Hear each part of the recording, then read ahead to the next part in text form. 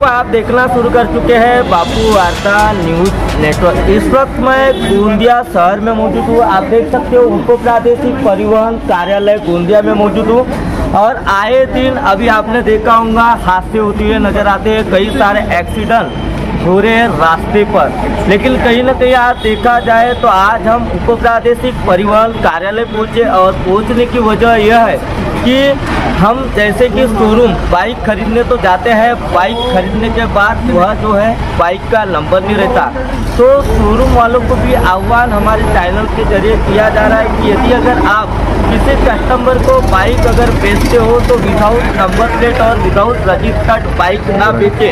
ऐसा जो है डिप्टी आरटीओ द्वारा जो है जानकारी दी जा रही है। एक और देखा जाए तो हमारे जिले में कई सारे एक्सीडेंट का प्रमाण तो बढ़ते हुए नजर आ रहा है और जिले में अगर देखा जाए तो ऐसे कई सारे जो है शोरूम है जहाँ से नई नई बाइक बेची जाती है, बाइक बुक की जाती है और वह बाइक कभी डाउन पेमेंट करने पर बेची जाती है तो कभी नकदी में बेची जाती है। लेकिन बेचने से पहले शोरूम वालों ने भी सावधानी बरतनी चाहिए। बरतने की वजह यह है कि एक कस्टमर यदि अगर बाइक खरीदने शोरूम में जाता है तो शोरूम में बाइक तो खरीद लेते हैं, अपने घर में बाइक ले जाते समय भी हादसा हो सकता है। तो शोरूम वालों को भी चैनल के जरिए आह्वान किया जा रहा है कि without number plate without registered गाड़ी कस्टमर को ना दी जाए, नहीं तो कितने रुपए का फाइन हो सकता है, क्या जुर्माना हो सकता है। आइए डीपीटी आरटीओ द्वारा जानकारी लेते हैं। सर, जिस प्रकार से शोरूम में गाड़ी लोग खरीदते ग्राहक लोग और उस पर नंबर प्लेट वगैरह कुछ लगी नहीं रहती और लोग जैसे शोरूम से गाड़ी लिए वो चलाना चालू कर देते, इसके ऊपर आप क्या बोलोगे? मोटर वाहन कायद्याप्रमाणे वाहन नंबर प्लेट लावून म्हणजेच रजिस्टर करून नोंदणी करूनच रस्त्यावर आणलं पाहिजे आणि डीलरला देखील आदेश आहेत। आणि मी आत्ताच आल्याबरोबर एक मागे 15 दिवसापूर्वी सर्व डीलरची मीटिंग घेतली होती। त्या सर्व डीलर्सना आदेशित केलं होतं की वाहन तर नोंदणी केल्याशिवाय द्यायचंच नाहीये, मोटर वाहन कायद्यामध्येच आहे। असं काही आढळलं तर आम्ही संबंधित पुरवठादारांवर डीलर्सवर कार्यवाही करू। मोटर वाहन कायद्याअंतर्गत मग ते त्यांचं ट्रेड सर्टिफिकेट व्यवसाय प्रमाणपत्र निलंबन असेल किंवा सस्पेन्शन असेल किंवा कायमचं देखील त्यांचं व्यवसाय प्रमाणपत्र निलंबित करता येतं। परंतु त्याचबरोबर त्यांना हे देखील कंपल्सरी आहे म्हणजे की त्यांनी हेल्मेट, एक हेल्मेट नाही 2 हेल्मेट्स वाहन चालक व मागे बसलेला दोघांकरता हेल्मेट देखील सोबत देणं कंपल्सरी आहे। आणि रजिस्ट्रेशन म्हणजेच नंबर प्लेट लावून वाहनावर नंबर प्लेट्स लावूनच वाहन वितरित करायचं आहे। असं जर कुठं आपल्याला आढळलंच तर आमच्याकडं उपप्रादेशिक परिवहन कार्यालय गोंदिया माझाही नंबर देतो आपल्याला, कधीही आपण त्याच्यावर देखील तक्रार करू शकता। असं कुठलं डीलर करत असेल तर त्याच्यावर मोटर वाहन कायद्याअंतर्गत कार्यवाही केली जाईल। सर, प्लेट लगी नहीं है तो यानी कितना अंदाजा इनको फाइन लग सकता है?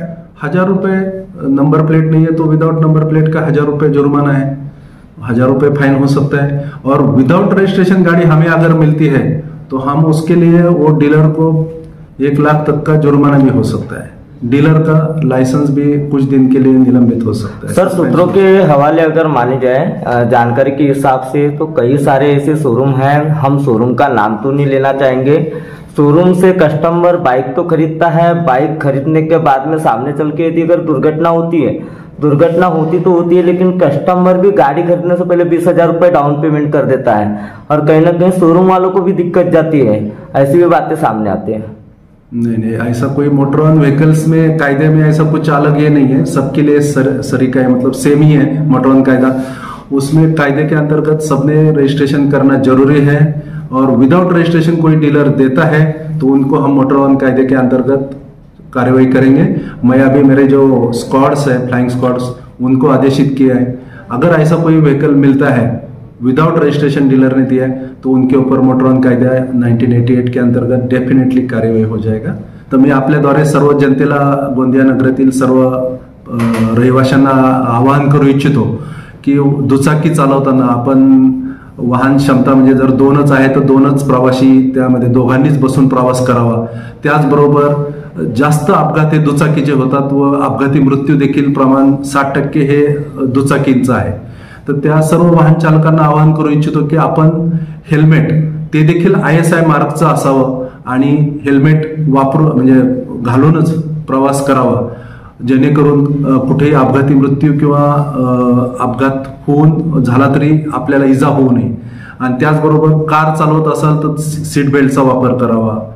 आणि तिसरं जे अपघाताचं प्रमुख कारण आहे स्पीड लिमिट्स. बऱ्याच ठिकाणी असं लक्षात येतं की अपघातात वाहनाची स्पीड ही जास्त असल्यामुळं त्याचा इम्पॅक्ट जास्त असतो आणि अपघाती मृत्यू होण्याचं कारण स्पीड लिमिट्स जास्त असण्याचं हे एक आहे. त्याचबरोबर आता जे सांगितलं हेल्मेट, सीट बेल्ट आणि स्पीड हेच प्रमुख कारणं आपल्याकडे लक्षात येतात आणि थोडंसं वाहतूक नियमांकडे दुर्लक्ष करणे. मग बऱ्याच वेळेस असं होतं की प्रमुख रस्ता जो असतो आपला हायवे आणि त्याला आपण छोट्या रस्त्याने येऊन मिळतो, जिथं मिळतो तिथं आपण थांबायला पाहिजे, बघायला पाहिजे की आपण मेन रस्त्याला मोठ्या रस्त्याला मिळत आहोत, तर तिथे थोडंसं थांबून पाहूनच रस्त्याला मिळालं पाहिजे, नाहीतर अपघात तसे देखील प्रमाण जास्त आहे आपल्याकडे.